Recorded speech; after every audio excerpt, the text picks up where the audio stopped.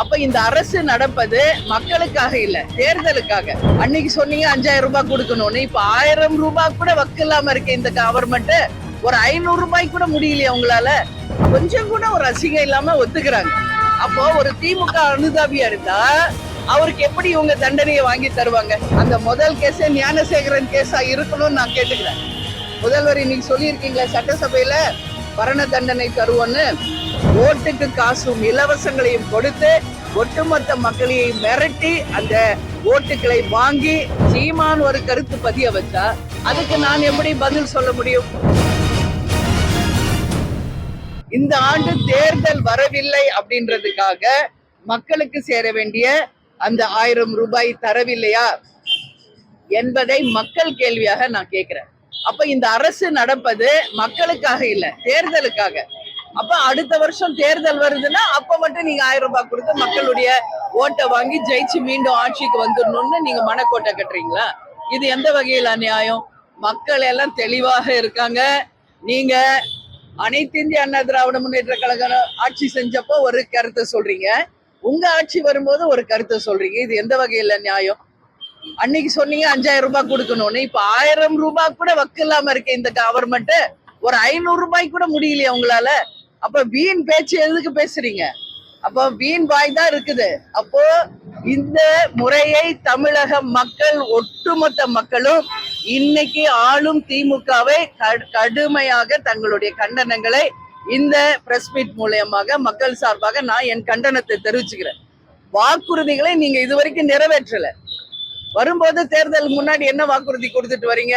ஒவ்வொரு வாட்டியும் இந்த வாட்டி ஜெயிச்சா இதை பண்றோம் அதை பண்றோம்னு. ஆனா நீங்க கொடுத்த வாக்குறுதிகளில எத்தனை வாக்குறுதி இங்க நிறைவேறி இருக்கிறது என்பதற்கு நிச்சயமாக ஒரு வெள்ளை அறிக்கையை இந்த கவர்மெண்ட் கொடுக்கணும்னு சொல்லி கேட்டுக்கிறேன். அதே மாதிரி பாலியல் வன்கொடுமை அண்ணா யூனிவர்சிட்டியில இன்னைக்கு பார்த்தா மிகப்பெரிய ஒரு கொடுமை நடந்திருக்குதுங்க. இப்ப கவர்னர்கிட்ட நாங்க பேசுறப்போ அவர் சொல்றாரு, எஃப்ஐஆர் கூட அதை ஃபைல் பண்றதுக்கு 4 மணி நேரம் கழிச்சுதான் எஃப்ஐஆரே ஃபைல் பண்ணியிருக்காங்க. அது மட்டும் இல்லாமல் காவல்துறையை இதுக்கு பெரிய அளவுல இத பத்தி தடுக்கிறதுக்கோ இதுல உண்மையை வெளிக்கொண்டு வரவோ மிகப்பெரிய அளவுல அவங்க ஆர்வத்தை காமிக்கல. ஏன்னா இன்னைக்கு திமுக அமைச்சர்களும் முதலமைச்சரே சொல்றாரு, அந்த ஞானசேகரன் என்பவர் திமுக அனுதாபி தான் அப்படின்னு கொஞ்சம் கூட ஒரு அசிங்கம் இல்லாம ஒத்துக்கிறாங்க. அப்போ ஒரு திமுக அனுதாபியா இருந்தா அவருக்கு எப்படி இவங்க தண்டனையை வாங்கி தருவாங்க? இன்னைக்கு குண்டாஸ்ல போட்டிருக்கோன்னு சொல்றீங்க. நிச்சயமாக அந்த ஞானசேகரன் அவர்களுக்கு மிகப்பெரிய தண்டனையாக தூக்கு தண்டனையை கொடுக்கணும்னு சொல்லி நான் கேட்டுக்கிறேன். இந்த நேரத்துல ஒரு ரயில்ல இருந்து சந்தியான்ற பொண்ணு சதீஷ்ன்றவர் தள்ளி விட்டார், லவ் பண்ணலன்னு, அது மட்டும் தூக்கு தண்டனைக்கு போயிருக்கு அந்த வழக்கு. அந்த வகையில் இனிமேல் சிறு குழந்தை முதல் பள்ளி குழந்தை முதல் பல்கலைக்கழகம் இருக்கும் அனைத்து மாணவிகளுக்கும் பாதுகாப்பு தரணும். யாராவது அதை மீறி பாலியல் வன்கொடுமை செய்தால் நிச்சயமாக அதிகபட்ச தண்டனையாக தூக்கு தண்டனையை தரணும். இன்னைக்கு சட்டசபையில முதல்வர் சொல்லியிருக்காரு, அதை நான் வரவேற்கிறேன். அதிகபட்சமாக இனிமே பாலியல் வன்கொடுமைகளை பண்ணால் நிச்சயமாக மரண தண்டனை தரப்படும்னு முதல்வர் சொல்லியிருக்காரு. அதை தேசிய முற்போக்கு திராவிட கழகத்தின் சார்பா நாங்க வரவேற்கிறோம். அந்த முதல் கேஸே ஞானசேகரன் கேஸா இருக்கணும்னு நான் கேட்டுக்கிறேன். முதல்வர் இன்னைக்கு சொல்லியிருக்கீங்களா சட்டசபையில மரண தண்டனை தருவோன்னு? ஏற்கனவே ஞானசேகரன் மேல பல வழக்குகள் இருக்கு. அப்போ முதல் தண்டனையாகவே ஞானசேகரனுக்கு அந்த மரண தண்டனையை இன்னைக்கு சட்டசபையில் அறிவித்த முதல்வர் நமது ஸ்டாலின் அவர்கள் செய்தால் உண்மையிலேயே இந்த அரசை நாம பாராட்டலாம்.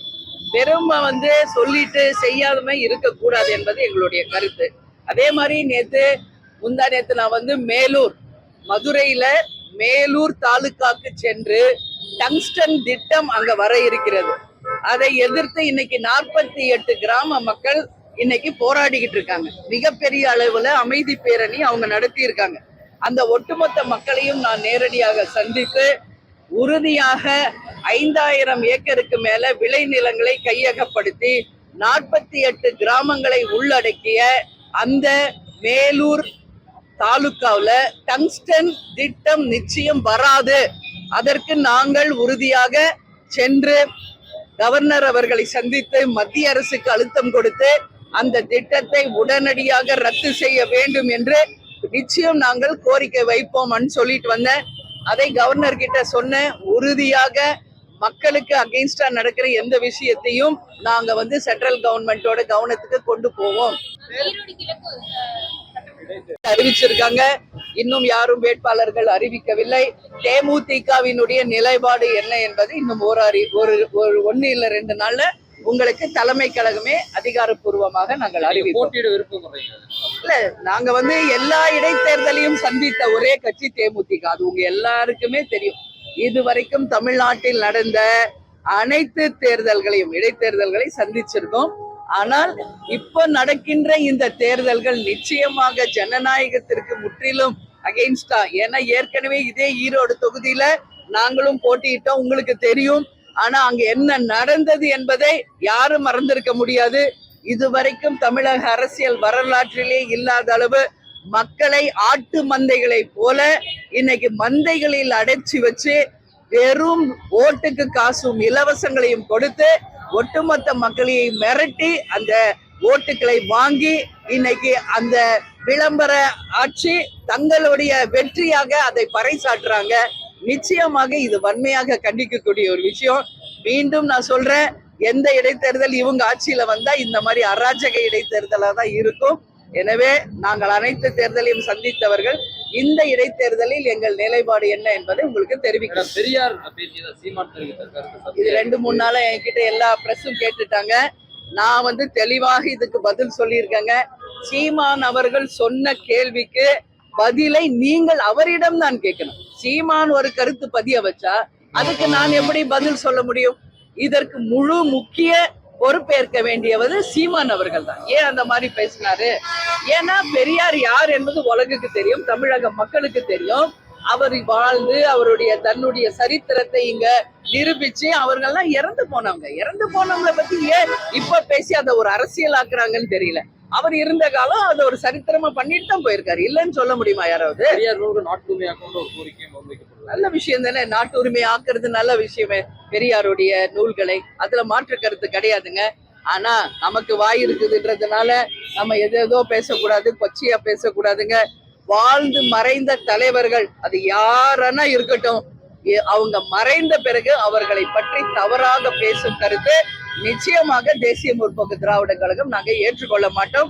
எனவே அவருக்கு சொன்ன அந்த கேள்விக்கு பதில் அவரிடமே நீங்க கேட்கணும்னு சொல்லி நான் கேட்டுக்கிறேன். நாங்க சொல்றேங்க, என்ன செயற்குழு பொதுக்குழு முடிச்சுதான் அதை நாங்க அறிவிப்போம். வெகு விரைவில் உங்களுக்கு நாங்க தெரிவிக்கிறோம். நன்றி, வணக்கம். இது போன்ற செய்திகளை மேலும் தெரிந்து கொள்ள எங்களது யூடியூப், Facebook மற்றும் Twitter ஆப்களை சப்ஸ்கிரைப் செய்யவும்.